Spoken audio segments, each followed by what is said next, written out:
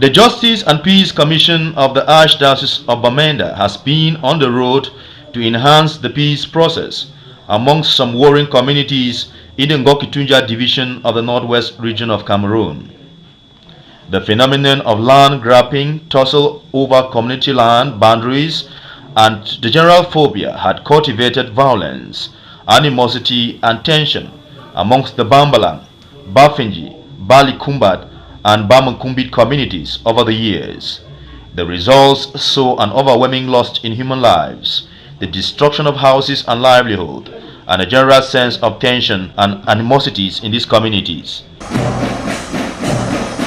The intervention of government institutions didn't help much to overturn these crises. Women whose only asset is landed property faced the greatest blunt as farms, their only sources of livelihoods, were destroyed.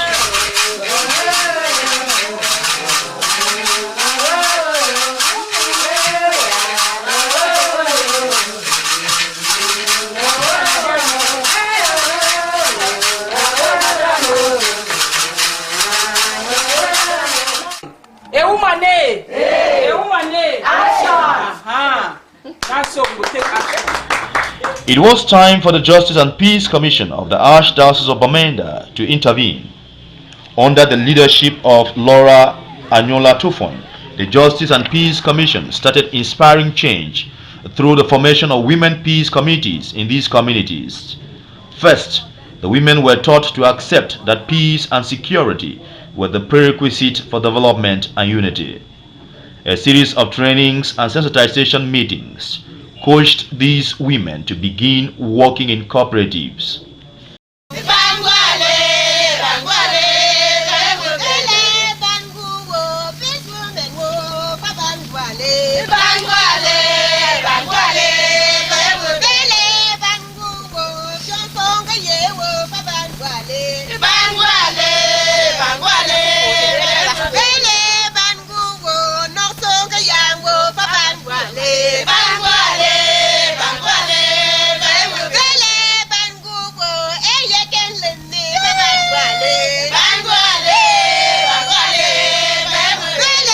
Gradually, these newfound fortunes in these women reverberated into their families and communities.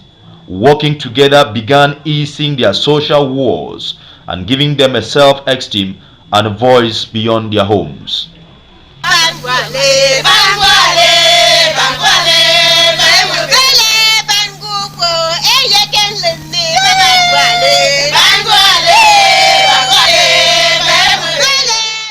As the saying goes, that when you educate a woman, you educate a nation. These women soon began sharing their newfound ideas with their husbands, who were the supposed warmongers. Every woman then took an oath to preach peace, and today peace is a rising sun amongst these communities, not without some pockets of resistance.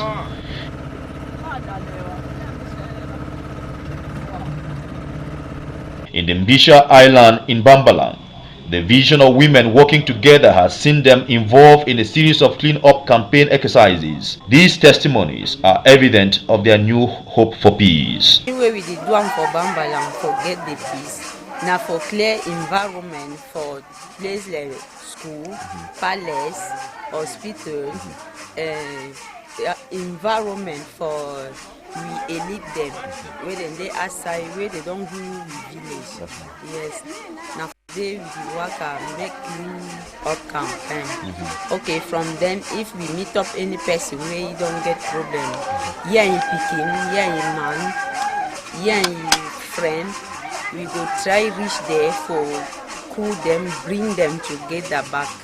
These highly spirited women sang songs to the exaltation of the Justice and Peace Commission. We are in a typical grassroots. I wouldn't go further to say a village community.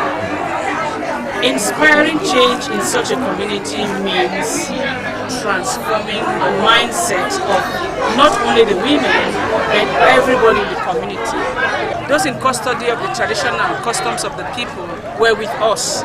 It is a sign that is inspiring change. So inspiring change in a community like Bambalang, it means that's transforming a whole traditional system, transforming its people and transforming its structures. With a vision to empower these women in their quest for a decent and peaceful life, the Justice and Peace Commission offered these women firm tools for them to put their skills to test. My heart don't shoot. I don't know where to go. I feel talk, but I will just try more because they don't find me shoot. The peace where we don't get for the woman grew where they now, so we don't see say Bambala don't grow small because we for first time be like we did for that place. The madam don't bring some kind thing where we never see but we never know. You don't teach me with better thing where we don't find we over find big mommy there, first small picking there, find small girl there. So I feel very happy for this now like you. I talk say God bless me. Okay. And for this thing I will give me, we will do work and do things where can this kind see things where they suffer. Say wonder, say wonder.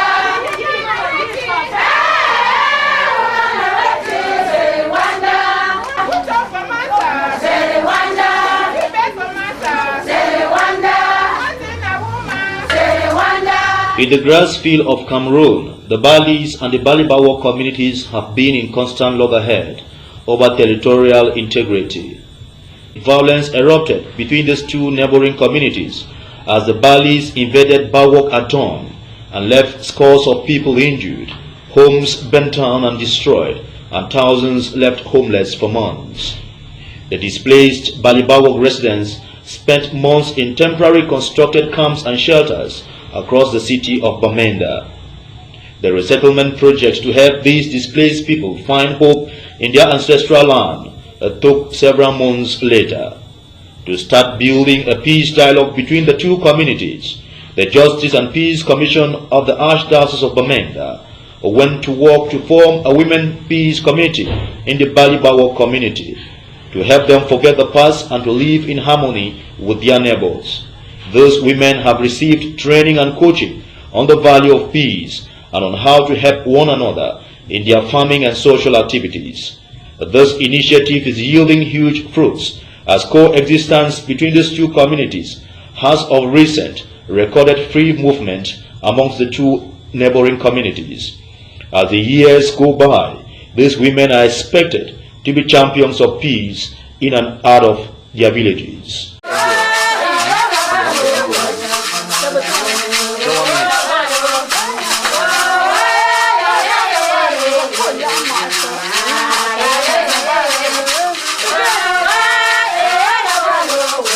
The Northwest is known to be landlocked region, but intensive inland fishing activities take lead in the Bambalang area, where hundreds of fishermen turn full cycles in the waters of the Bamingim Dam. The dam was built in the 1970s to increase water supply and generate electricity at Songlulu. Floods now cover an extensive portion of the plain, and particularly Bambalang, where levels of poverty are extremely high. Despite their endowment with abundant water resources, a limited or no potable water supply and water-related health problems are the order of the day. The adverse environmental and social impact of the dam are apparent, yet not much was and has been heard to these inhabitants in terms of health, safety and social management.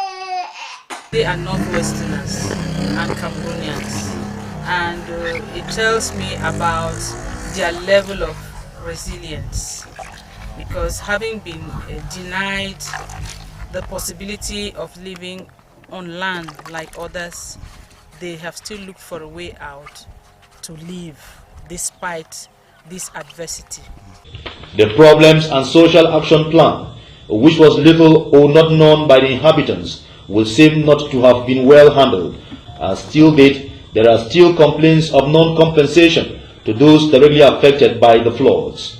Therefore, one may not be wrong to say that there was no adequate proposal made for environmental and social issues. Globally, I would say it's a big disadvantage because it has cut them off from their original bond.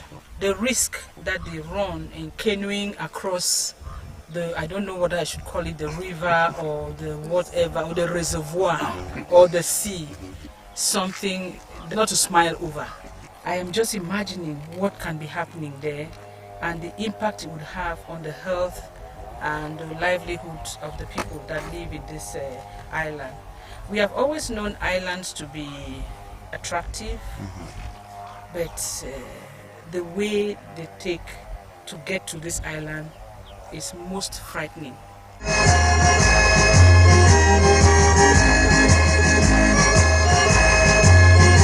Women's Day March 8, 2014 was remarkable for the 8 different peace committees in the Ngoki Tunja division, donning t-shirts with the loud sounding inscriptions, inspiring change. These motivated women defied the hot sun and dust to make their voices heard during this event. In the many speeches that ensued during this day, the Justice and Peace Commission was exalted for the newfound hope in this division through women. This is the first time, and the women have really come out in their numbers, and they have come out the way we expected. And all the villages that make up the subdivision, they are represented here, which is a good thing. Because if one was lacking, we say that we are not achieving our aims. Since we touch all the 5 villages, and all of them are here, we are happy.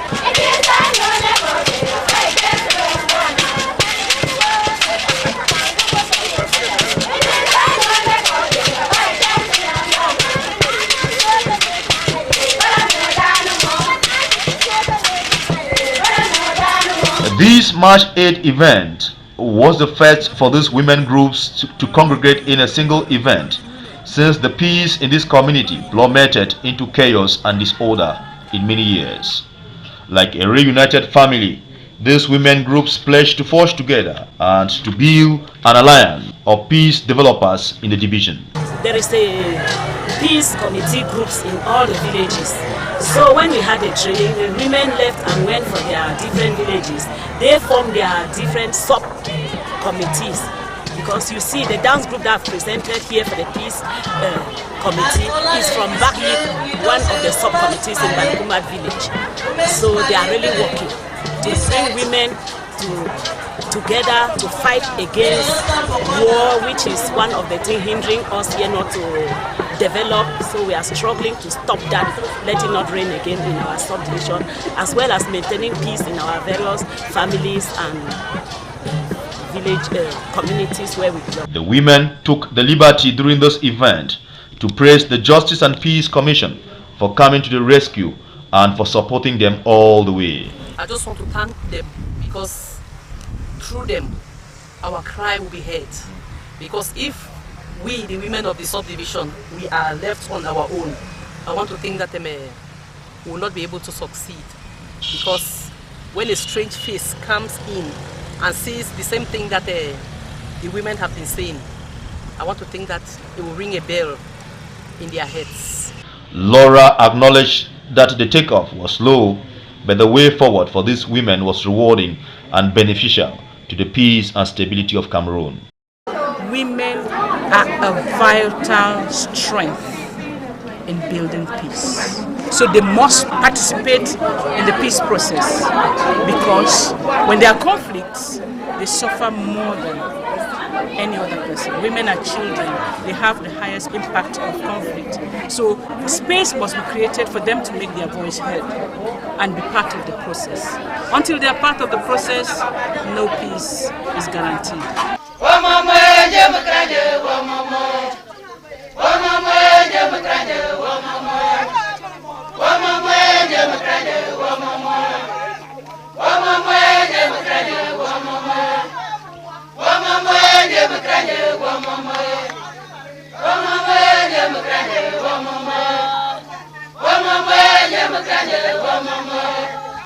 The visits by the partners of the Justice and Peace Commission from the Netherlands under the banner of People with a Mission also fortified the dreams of these women.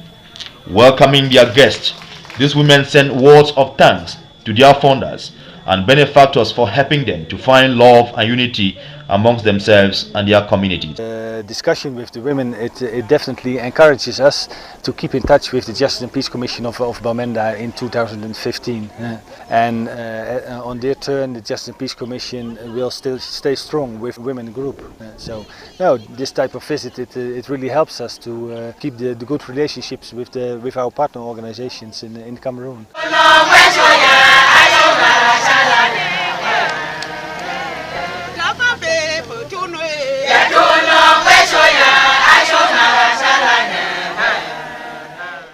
The various development stakeholders in Ngokitunja division have not also relented on their laurels to support the Justice and Peace Commission and to add a silver lining to the peace that now reigns with words of encouragement to these women.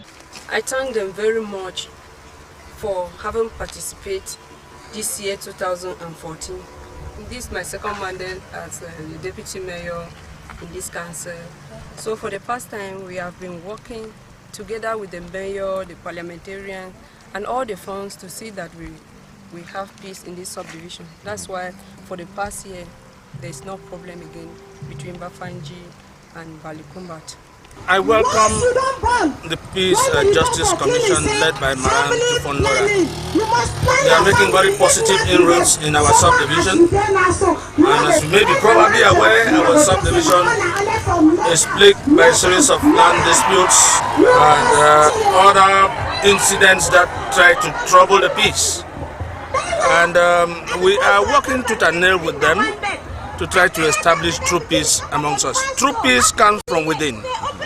And the Justice and Peace Committee, I hope, since it is leaning on the church, we think it's coming with some element of blessing to buttress our efforts to bring peace to this subdivision that has been otherwise a troubled spot.